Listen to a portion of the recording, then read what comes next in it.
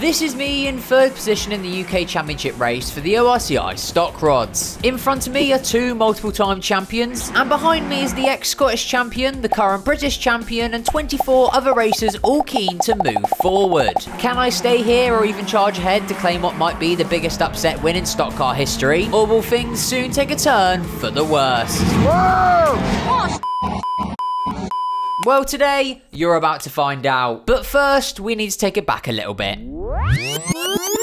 Last year, I made my return to stock car racing after a 7-year hiatus. If you don't already know, stock car racing is a form of motorsport which takes place on oval circuits in the UK and beyond, with categories ranging from custom-built single-seater race cars to straight-up banger racers. I raced in the mini-stock class from age 11 to 16, however now compete in the stock rods, which are a non-contact formula that sees 1400cc, mainly front-wheel drive cars race wheel-to-wheel, lap after lap, without smashing into each other. Well, most of the time that is anyway. Last season, I went from rookie to contender, winning my first and 2 other races as I got promoted from white roof all the way to blue. If you don't know what that means, don't stress lads, we'll get back to it later. However, now you join me for a brand new season, where I'm no longer a rookie and thus have to step up my game. Today's video will cover the first 5 race meetings of the season, including that all-important UK Championship where I'm somehow sitting P3. But before we get to all of that, we've got a race car to get ready, lads.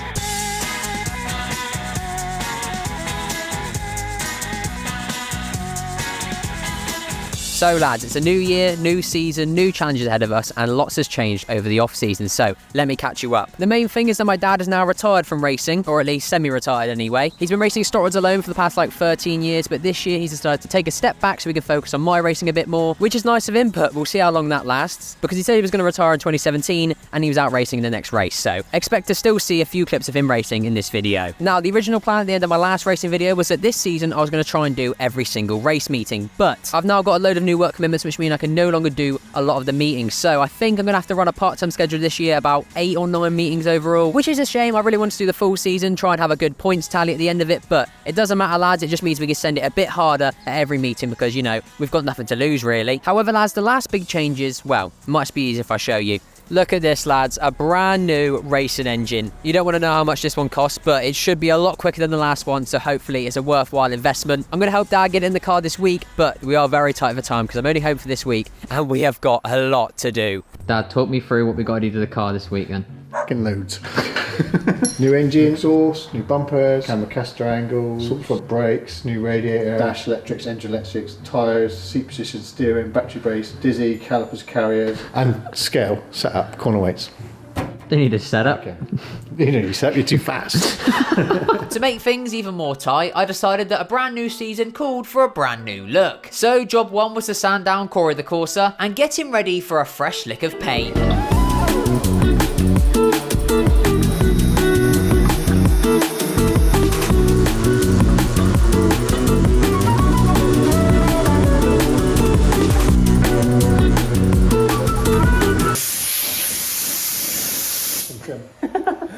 Brand new. And now it's time for the saddest part about sanding this car down. The pasty bonnet is going, lads. It's done us well, it survived most of the season, had a few scratches on it down there, but for the most part, I mean, look at it.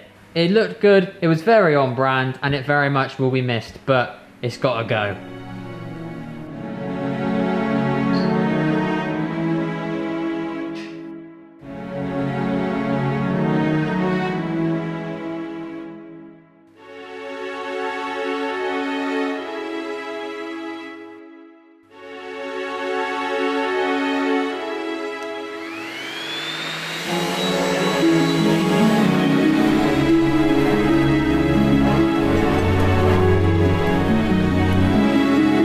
Now sanded down, it was time to paint. We kept the base pretty much the same, only changing the shade of blue ever so slightly, but the main change was next to come, as instead of getting the car sign written like we did last year, we decided that this season we were going to go for stickers instead. So after a talented man designed the car and sent us the goods, it was up to us to apply each and every sticker on our own. After a whole day of work and just 1 or 2 domestics with the parents, we were just about done. So ladies and gentlemen, boys and girls, children of all ages, it's my absolute pleasure now to present to you Corey the Corsa's brand new look for 2024.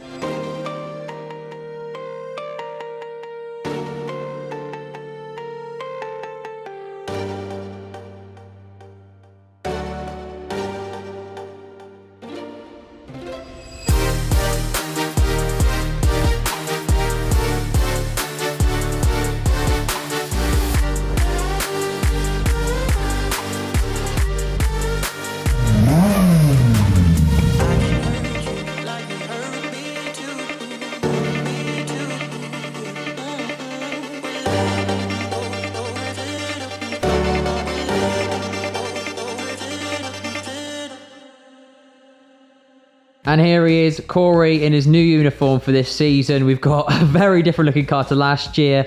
Let me walk you through it. Obviously, we've got the Vintech Automotive on the side. That's my dad's company. Carhartt Cornwall, that's Callum. No longer a gingerhead man in a car there now. Just some cool letters. We've got RRC racewear and clothing on the bottom there. Of course, the 51 on the side. Dad with the spanner on the side as well. The subscribe to MrAidenRule on the back is there once again. This time, a lot more shiny. This car has a lot of shiny stuff like this. I quite like it. Amber's obviously still got a love heart on the side. Vintech on this side once again. The 51 and the RC racewear are the same on this side, but instead of Carhartt Cornwall, we have mobile eco tuning. We've also got these checkered flag things on the wings. They're quite cool, fill some space, quite nice. And then on the bonnet, we've got quite a big new addition. Auto Alex, nice and bold, nice and big.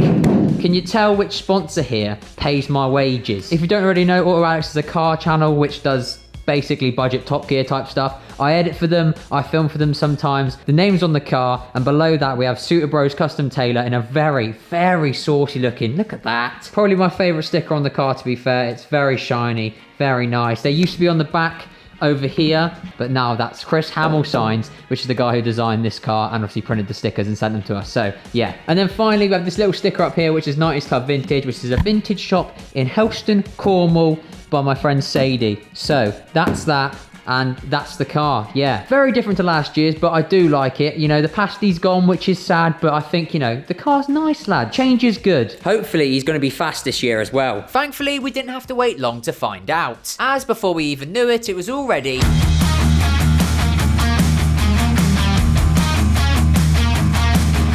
It's race day, lads. First race of the season. Amber's here driving. Are you excited, Amber? Yes.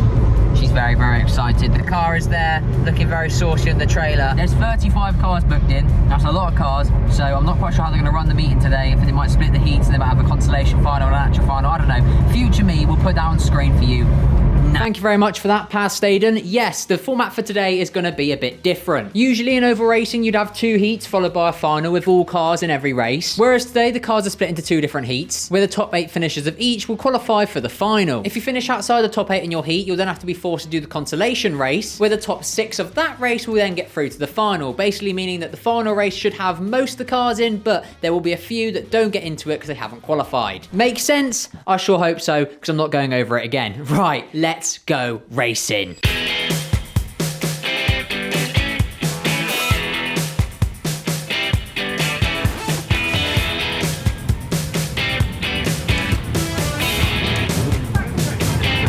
What's your walkout song? Huh? What's your walkout song?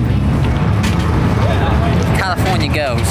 California girls want to get. So as it's time for Heat 1, now seems like a good time to explain the roof grades I touched on earlier. In oval racing, the grid is lined up in roof grade order, with the whites starting at the front, followed then by the yellows, blues, reds, and then champions at the very back. You start your career as a white, and then depending on your performances throughout your races, you can be promoted or demoted up or down the grades, basically meaning that the fastest cars start at the back and the slowest ones at the front, so that, you know, the racing is fair, close, and competitive. For Heat 1, I lined up in the perfect spot at the very front of the blues. However, as the race got underway, 220 had a mechanical failure, which made the racing line like a homemade slip and slide, sending me straight out into the wall and costing me time and all importantly that inside line, which in oval racing is pretty much where you want to be most of the time, since when you're on the outside, cars can sort of get up your inside and just, you know, keep coming. I probably shouldn't do this symbol, but you know what I mean. I did my best to hold on to the outside and fight through the oil slick until it dried up. However, any chance of breaking away from the pack was now pretty much gone. Yet one thing was clear to me in this point, and that was that this car was a lot faster than it was last year.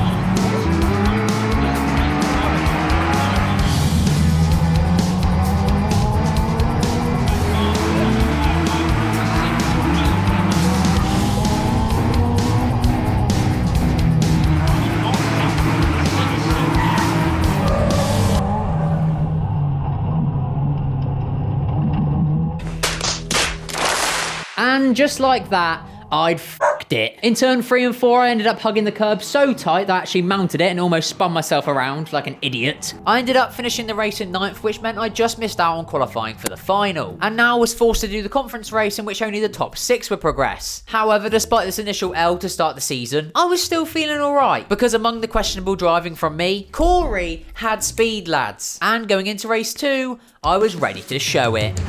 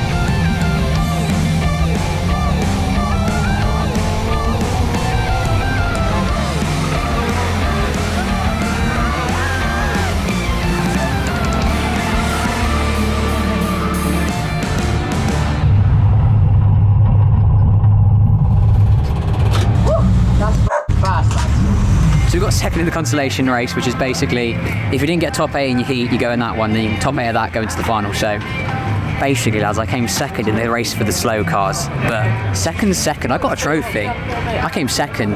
Don't ask about who was in the race with me, it's fine. The quick cars were there, I promise. So after a solid result in the losers race, next up was the final. My chance for redemption after bottling it in heat 1, and it's safe to say I was getting pretty hyped about it. Ooh, you're hard, showing off.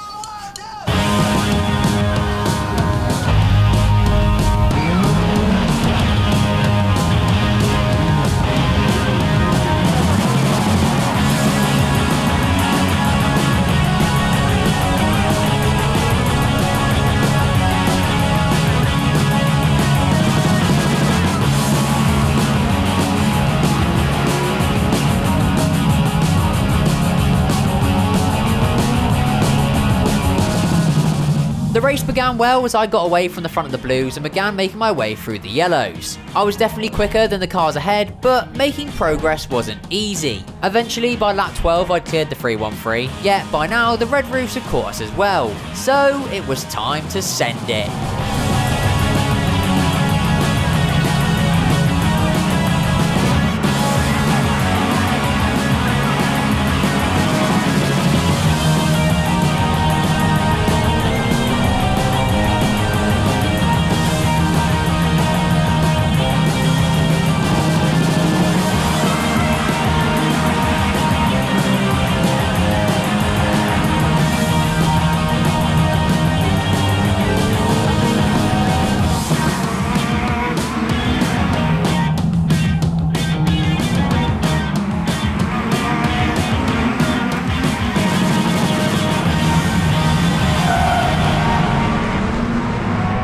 P6. Could have been so much more. In the end, I caught a back marker at the worst possible time, just as I was about to get past 946, therefore blocking me from making the move, and costing me tons of time as the red roofs were now on my inside, getting past me. All in all, it was a pretty decent start to the season, lads. The car is definitely much faster this year, and me myself am feeling a bit more confident behind the wheel as well, which is good. I did make 1 or 2 mistakes, which really cost me in the end, so I definitely need to, focus a bit more. I'm going to look back at the onboards and try and work out what I did wrong and how to not do that again. But to be fair, lads, the fact I was actually able to keep up with the red roofs when they caught me is a good sign. Like last season, it felt like a case of, you know, when I'm racing, I'm trying to get away from the Reds, and then when they catch me, I just got to sort of park on the inside line and fight for my life to make sure they don't pass me. Whereas now I feel a bit more confident around them, like I'm not that far off their speed, so when they're there, I can race them like they're a normal car and not have to, you know, go into self-deprecation mode. Is that the right? That's not a word. You know what I'm trying to say. Anyway, long story short, it's looking good for the season ahead. I just need to make sure I don't hug the curb so tight next time. Good morning, boys and girls. Excuse the wet hair, but it's time for the second race meeting of the year. I've just come home to Cornwall. The meeting is tomorrow, so obviously last minute as always. This is the current state of the car. We've got a few little scuffs on the bumper, but that's only going to get worse as the season goes on. So we're going to get this out now, give it a clean, and then get this car ready to go racing. Thankfully, I didn't crash much last time out, so actually there's not too much to do. So this should be, in theory, a fairly easy day of car work. No.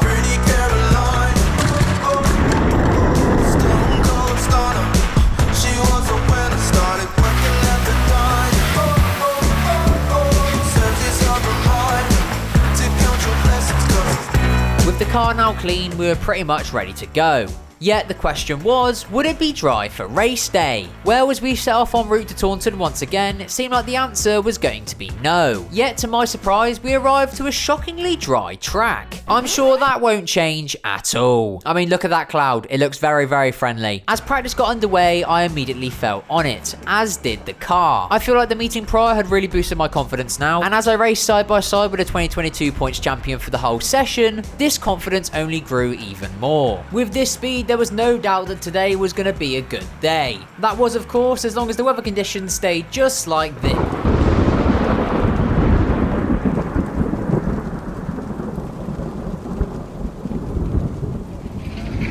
It's pretty fucking moist, boys.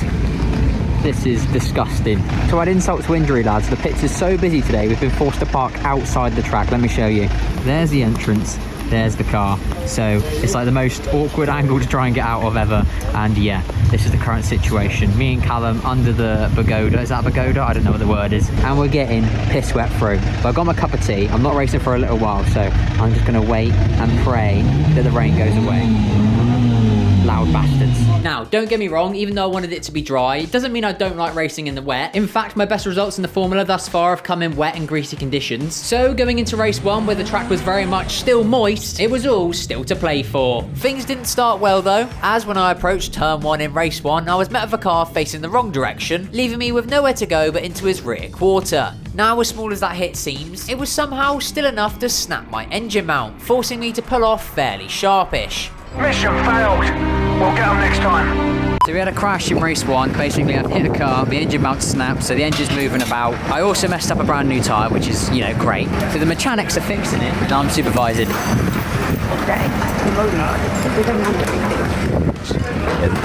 Race 2 was a much more successful affair, but still a way off, trophy winning. I'd gotten away okay and was finding good grip on the outside line. However, another unfortunate meeting with a slower car ahead stopped me in my tracks and cost me valuable time and track position. I did my best to fight my way back up the order, but again, more unfortunate moments in traffic meant my efforts amounted to nothing. But fear not, boys and girls, because we still have the final race to go. With the rain not having fallen for an hour or so, the track was slowly progressing from mildly moist to kind of dry. And after a fairly unsuccessful day so far, I was keen to end it on a high.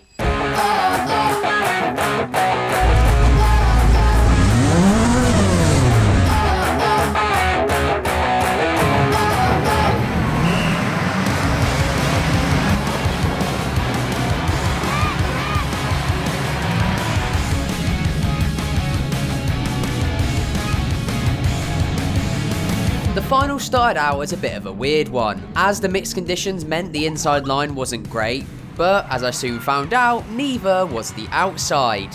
After losing a few positions, I slowly started crawling my way back up the order.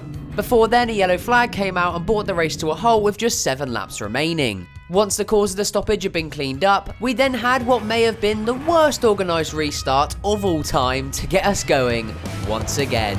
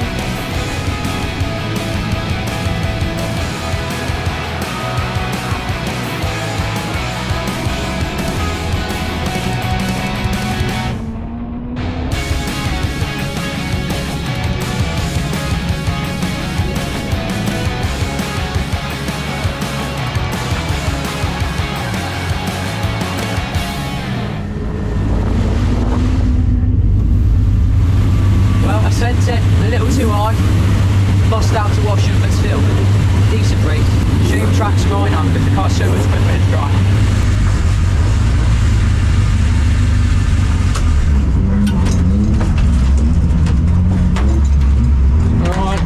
Mate, come on, boy, have a foot with you, can he? Yes, of course. I'm getting the word nonce. If I'm honest, lads, I'm really not happy with my performance in that one. Even though I did hold my own and gain some positions, I just made far too many mistakes and quite frankly, did not maximise what was possible in that race. Shipway passed me after I ran a bit too wide out of turn 2. I got stuck messing around with the 89 and 285 for far too long after the restart. And then to make things even worse, in that battle where I was messing around for far too long, I pushed it too hard and lost another position to Justin who got up my inside. I know it's still fairly early days in my stock quad racing career, like what, it's my 7th, 8th meeting, but it's just not good enough, lads. I need to do better. I need to be maximising every result I can get in every race. I'm not racing enough this season to be able to make, you know, consistent incremental gains. I need to be making bigger jumps. I need to improve, focus, and stop being stupid. Just drive the car and drive it faster. Oh, I'm so dumb. It's safe to say that I was feeling a bit down after that meeting. My confidence hadn't taken a knock per se, but I was just getting frustrated at how many errors I was making. My fear was at this point I was simply going to become a very midfield driver doing midfield things, occasionally getting the good result, but just spending most of my time racing in the middle of the pack, you know, doing nothing, which is pretty much how most of my junior career played out, lads, if I'm honest. At this point, I really just needed a pick-me-up, a glimmer of hope, some good old-fashioned motivation. And believe it or not, lads, that evening after racing, that's exactly what I got.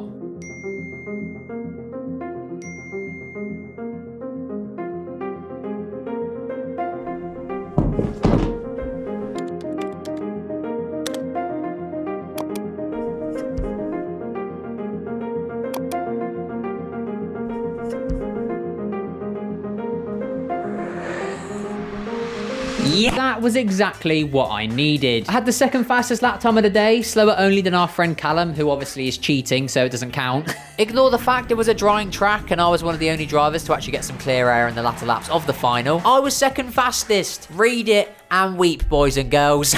I'm such a twat, honestly. Jokes aside though, watching the footage back, you can actually see the speed is there. Like once I was free of the white and blue roof after the restart, me and Justin were gone. We were up the road, we'd left them, pulling a good like what, half, 2/3 of a straight in a lap. I had the speed. All I needed now was the luck. And to stop making stupid mistakes, obviously. That would probably help too. 2 meetings down, 2 more to go until we join me back here at the UK Championship. And now after 2 events back to back at Taunton, I think we're all craving a bit of a change in scenery. Well lads, you're in luck, because for this one, we're heading to a brand new track.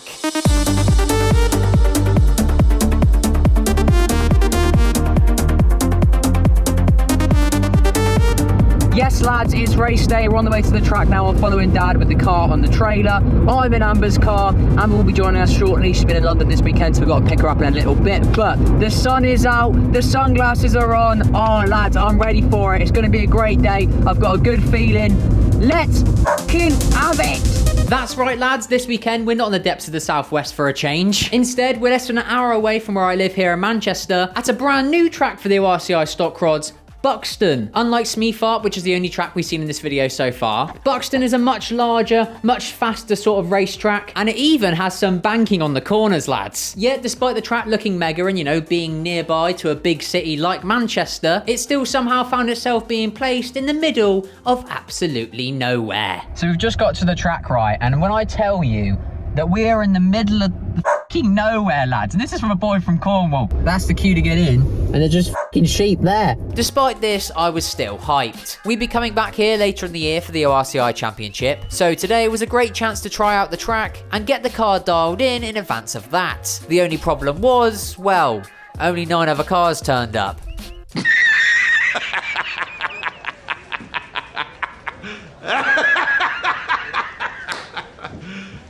Are you serious? On the bright side, lads, top 10s all day.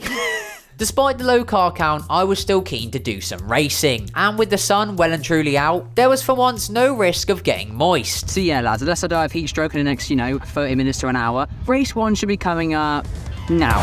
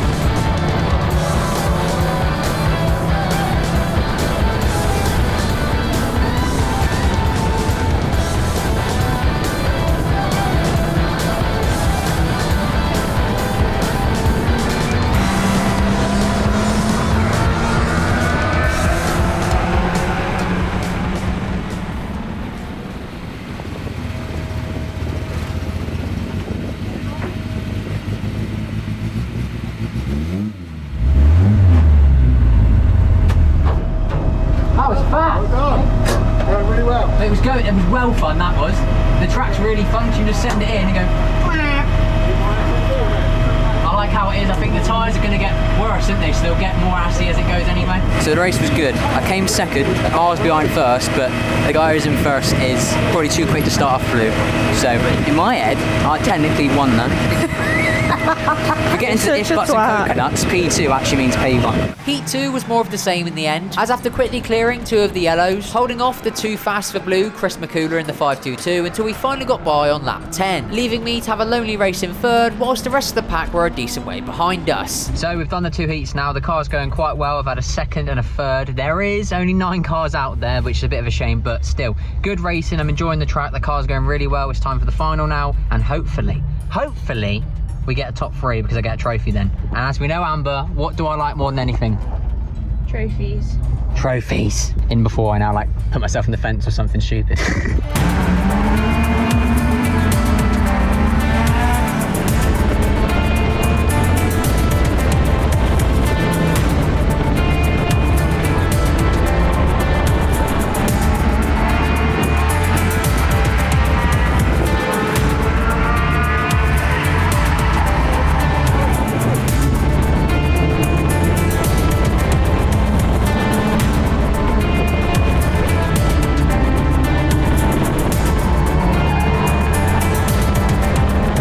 After a solid start, I was up to P3, and with McCooler having already ridden off into the sunset, there was now only one realistic target, and that was second.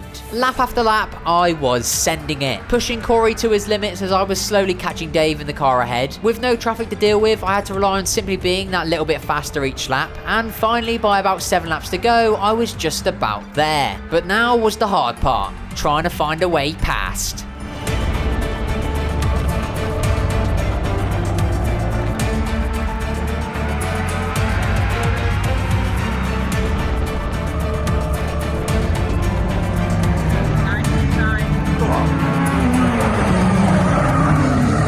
With 3 laps to go and my engine temps rising, thanks to being sat up Dave's arse crack for so long, I was running out of time to try and find a way past. So there was only one option left: send it around the outside.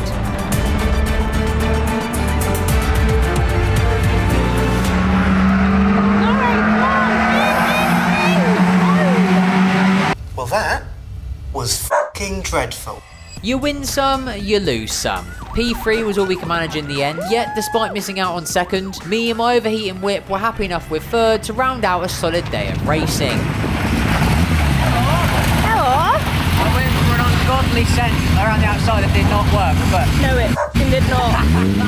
And with that bottle job from me, that's another meeting done. And now, boys and girls, it's time for the first championship weekend of this season, the UK Championship. This championship was going to be a 2-day event with the qualifying races taking place on Saturday and then the main race on the Sunday. And with nearly 30 odd cars booked in from all over the country, it was set to be a wild weekend. Made even wilder by the fact that it takes place in Skeg, Vegas.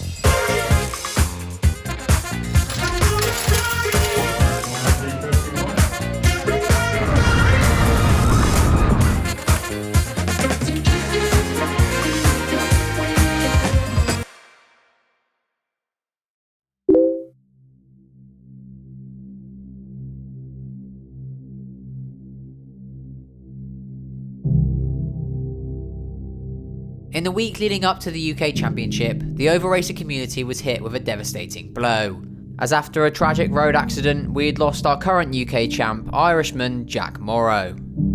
At just 17, Jack was very much a rising star in the formula, but by all means he wasn't new to racing, having taken titles in junior categories and also being a star grade F2 driver. He had taken the championship last year after a stunning drive saw him overcome the nation's best, taking him from Blue Roof to UK number 1. Now, I never knew Jack personally, but it's never nice to see someone in this community get taken away from us, especially at such a young age. As such, this weekend, we're all racing for you, Jack, as you sit 1 lap ahead in the sky.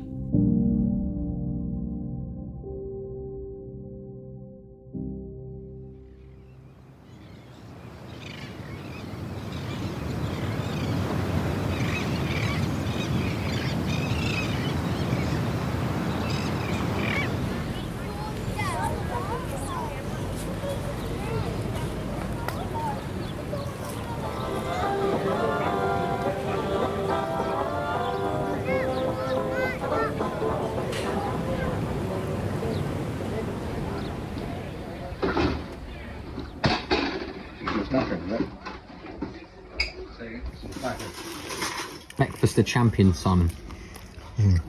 Breakfast of UK champions, Callum. Oh yeah. Now fueled up, we set off to the track, venturing through the beautiful streets of Skegness before arriving at the chosen lands. It's carnage, lads, but it's race day and we're ready to go. Practice first, do a little practice session for like 3 hours, and then there's a little break, then races starts at 4 or 5 o'clock, I believe. Let's do it. Practice got off to a horrid start, as in my first run the car was missing, farting and just generally down on power. However, after changing the carb, it was a totally different story in practice too. I was leading Callum for the first half as I almost immediately felt in the groove around this track, before I then waved him by and spent some time following him to see if I could learn anything. And I did learn something. This man sends it into corners like he has a bloody death wish. I mean, he probably does, to be fair. Like I said, he is ginger. Right, lads, so I've had 2 practices now. Practice 1, the car was shit. We were misfiring. It was basically the carb wasn't right. It had some issues, so we replaced it with a new one. And then practice 2, the car was flying. Very happy with it now. I'm not going to go out again and ruin my tyres, because I think if I'm happy with the car, might as well just keep it like that and send it in the first race. The track's a bit weird. There's not much of a straight. It's just sort of like corner, then corner again, but it's weird for when you watch it from the side. It looks like there's a big straight. Anyway, race 1 is in an hour or 2, so we're going to relax a little bit now, get the cars ready to go, and yeah, it's almost race time. Now, like the championships I did last year, the format they use on race day is a little bit different. Instead of using the usual roof grade format, the grid is instead set in a random order, which is then reversed for the next race, and then the points you score in those heats then set the grid for the championship race. However, since we had 3 races today, it was done so you'd pretty much start 1 race near the front, 1 race in the middle, and then 1 race near the back. And as chance would have it, that's exactly where I was starting race 1, dead last in 23rd place. On the bright side, lads, I can only go forward.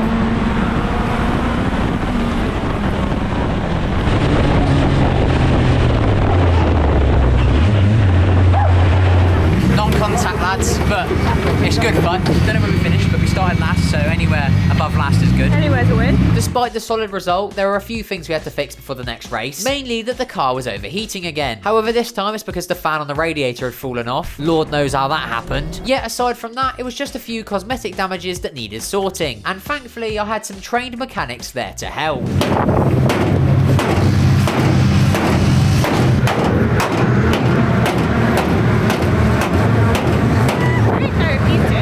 Once the UK's strongest girl had finished, all that was left to do was to refuel and change some tyres with the help of my other qualified mechanic, Jack. I was starting Heat 2 from 6th place, but was on the outside line. So the mission was quite simple, lads. Get in as fast as possible.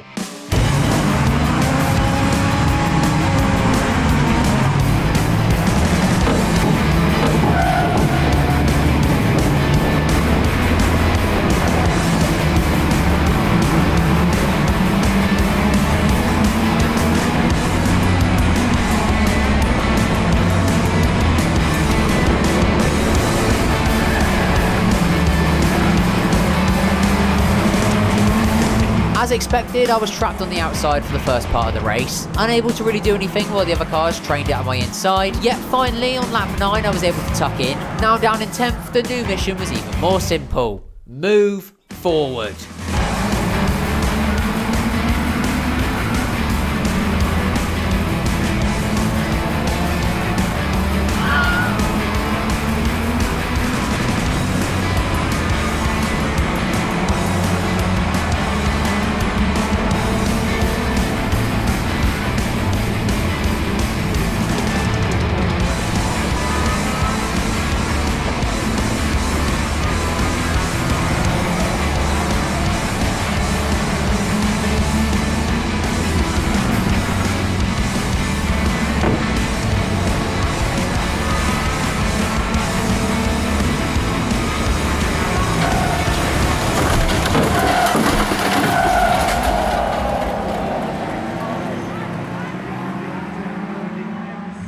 So 2 heats down now, 1 more to go for me. We're going alright. We've had a 6th and a 9th, I believe, and the 9th was from the back as well, so not bad at all. The car's got good speed, we've got a little bit unlucky at times, but we're working our way through the pack. We're taking a lot of hits and we're going with it, so I mean, can't complain. The next race, I believe I'm starting 4th row inside, so hopefully a good result is coming. The car had been quick all day, and with me now lining up 3rd row inside for my final heat, this was by far my best chance at a good result. But with British champ Leon Stewart to my left, and ex-Scottish, national, European and world champion Mikey Buffoon behind me, it wasn't gonna be easy. But I mean, is it ever, lads?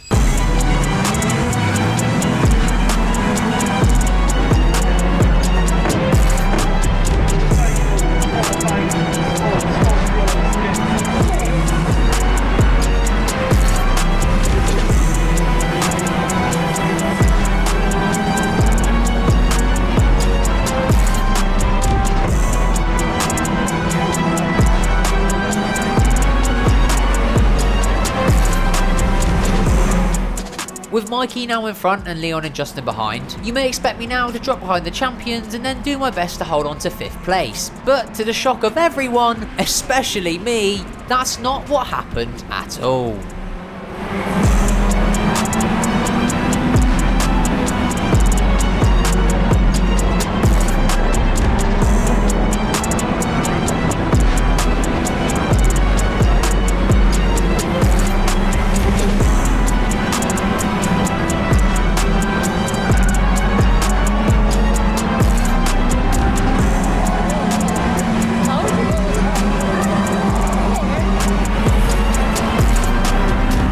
For the first time in my stock rod career, I actually felt fast. I was sending in the car hard and it was sticking.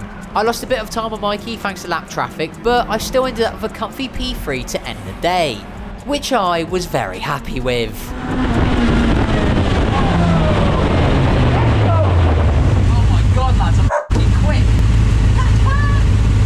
The car is dialed in. And with that, day 1 was done. And after what might have been my strongest day of racing yet, it meant I was going to be starting the UK Championship final tomorrow in P7, right alongside my dad, who, if I hadn't mentioned by now, was also racing that weekend. Told you his retirement wouldn't last long.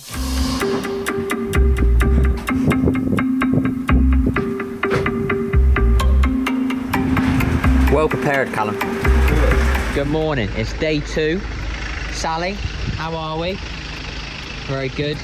First race today is the big final, and then we've got 2 other races where basically you take out anyone who took you out in the final. Corey took a bit of damage yesterday, just a little bit. A few scratches, a few stickers that are now looking not ideal. This has all definitely seen better days, but it's fine. We had good results, lads. Let's go racing, Amber. Yeah! Once at the track, it was all hands on deck to get the cars ready to go. Before we got going though, since Dad was starting alongside me for this race, it seemed only right to put a GoPro in his car as well. If you're watching this, you're about to witness Simon Vincent driving a race car. Enjoy. And just like that, it was race time. Everything thus far had led up to this. Each hard fought for position and battering I'd survived had got me this grid slot, so the pressure was there to make it count. Dad, meanwhile, was, well, much more relaxed it seems.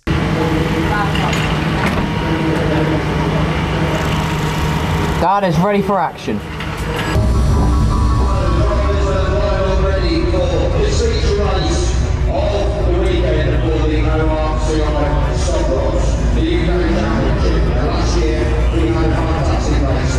So drivers, in honour and remembrance of your current UK champion, drivers, start your engine.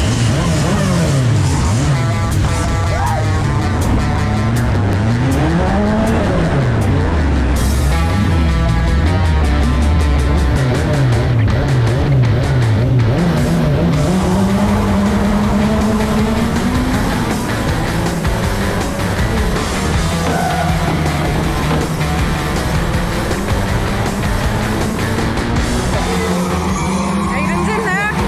Come on, hey!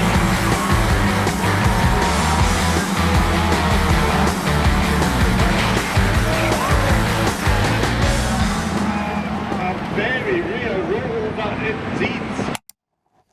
Well, you can't park there, sir. By the time the yellow flag came out, I just about got third, which meant as we all lined up again to get going, we find ourselves right where we started this video, in third place in the UK Championship. Pretty much every car around me was either a current or previous champion, and yet Cornish Lewis Hamilton here was somehow in third. Let's try and stay there, shall we? My spidey senses tell me this is gonna get fucking tasty, baby.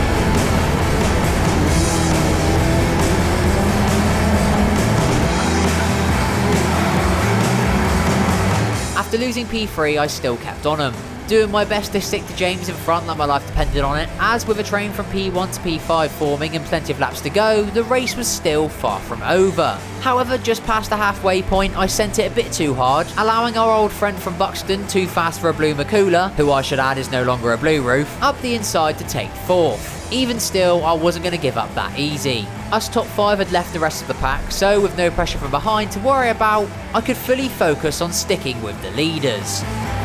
Meanwhile though... Bitch, get out the way, get out the way, bitch, get out the way. Whilst Dad was refining his non-contact style, I was beginning to have some issues of my own. As with the sunny weather and constant train of cars ahead, my engine began to overheat again. This led to water overflowing out of my engine and onto my tyre, making me run wide and costing me even more time. Yet, thanks to losing touch with the leaders, the engine did get a chance to cool from the brink of death. Starting the final lap, I was praying for Makula to send an almighty lunge, causing a big boy pile-up, of which I could navigate through like Lightning McQueen and come out of as the new UK champion. However, it just wasn't meant to be, as they kept it fairly tidy and I brought it home in 5th. Despite his terrorism, Dad managed to finish behind me in a distant 6th, although I'd just like to emphasise the distant part of that because he was not behind me. I left the man in the dust, alright? Dad, I left you in the dust. He's gonna love that. Oh, could have had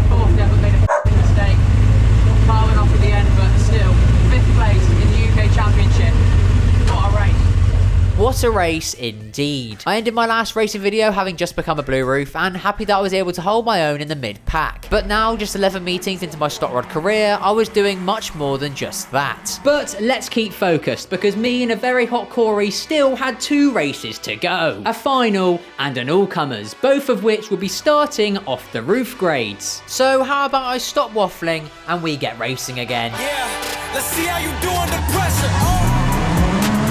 I've been wanting this shit forever. I've been in the field with whatever they throw at me. Brush it off, pick myself up, moving on a little better. Hey, ain't no errors, baby, it's a new era. I wake up early, feeling rich like I'm pressure. I get to the paper, boy.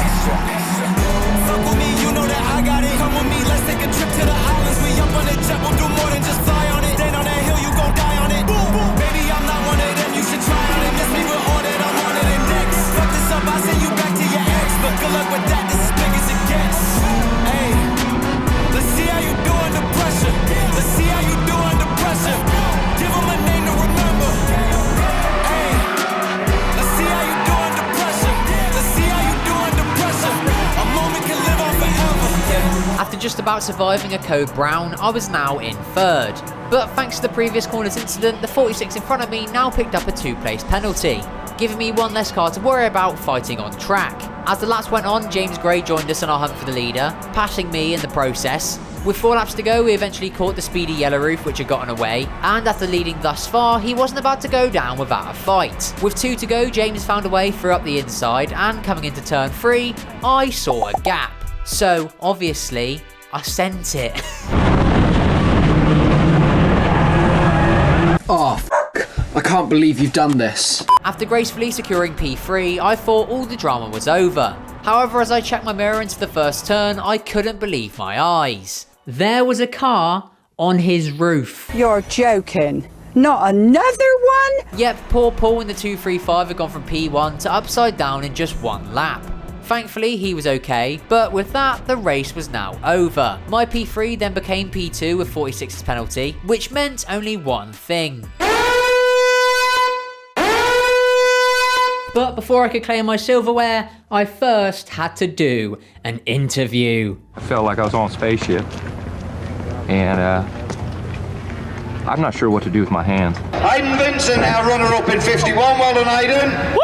A bit hectic things going on in that. Yeah, a bit of carnage, but just send it and we got through it in the end, just about. Some of this is going to be on your YouTube channel, is it? Potentially, yeah. Maybe not the bits where there was some bumpers getting thrown in from all angles, but maybe the other bits, yeah. 1 race left to go, boys and girls. So far in this video, I've had good speed, a couple top 3s, but no wins. And so, lining up for the all-comers, there was only 1 result I really wanted. P1.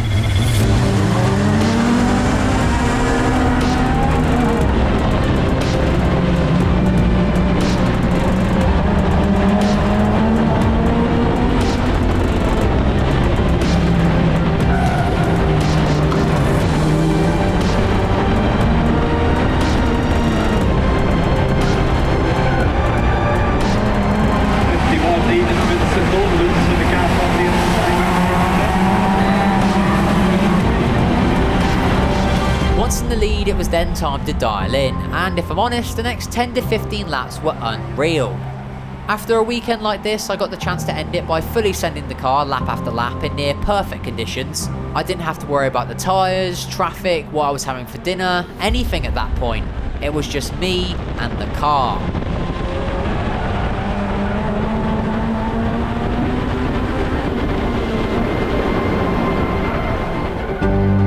At this point, I'd just like to take a second to thank everyone who makes this racing thing possible. From my sponsors, to my girlfriend Amber, who films me at every single race no matter what the weather, and of course to my mum and my dad, who, believe it or not lads, is somehow the brains of this operation, which is very, very, very, very impressive considering he hasn't got any brains. But genuinely, without all of you lot, this wouldn't be possible, and I wouldn't be able to do the thing that I love more than anything else, so from the bottom of my heart, thank you very much.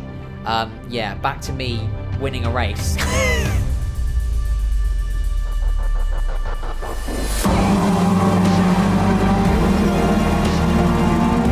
just loves racing. He just loves it. It's in his blood. It's all he's ever wanted to do.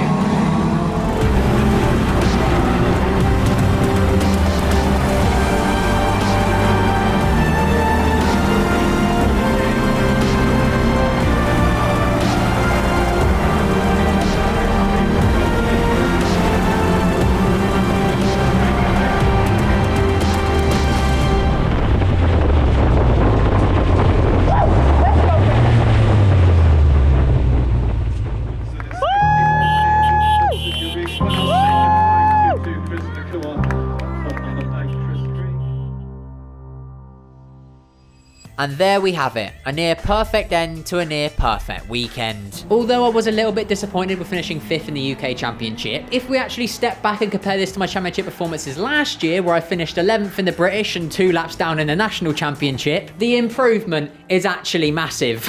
And looking ahead to the second half of the season, I'm excited to see how we get on. Next up, we've got the European, National and ORCI Championships, and with mine and Corey's newfound speed and confidence, they're bound to be good ones. Not saying I'm gonna win them or anything, but I'm gonna fucking send it, lads. Plus, with Dad racing, we'll at least have some good old-fashioned crash footage to show you, if nothing else.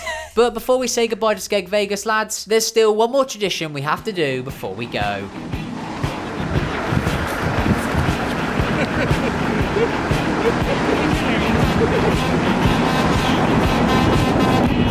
Whatever number we support, we are fans of the greatest sport. Stock car racing is magic. North, south, east or west, whatever the formula is best. Stock car racing is magic.